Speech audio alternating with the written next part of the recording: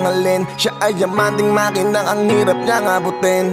At siya'y isang dalaga, pangalan Esmeralda. At sa buong barkada, siya lang ang nakachamba na matupad ang pangarap niya na kasal. Kaso pang komersyal lang at pang TV literal. Kung tawagin silang magbabarkada ay Bengal ladies, na siyang pinakaangat sa grupo, no one's against it. Pero lahat may katanungan kung bakit kadalasan nang gustong hindi pa ang kapalaran. Kung hindi man para sa akin ito, di na ko magtataka kung bakit laging bigo. Ako ay lagi lamang naririto, kahit na nahihirapan na ang sarili ko. Ay handa kong maghintay, kung kailan ibibigay, pero kung di man para sa akin ito, kahit na anong mangyari, ako'y naririto. Pakinggan ang istorya nitong si Ruby, tipo ng babaeng hindi basta tipikal lang. Top of the class at di siya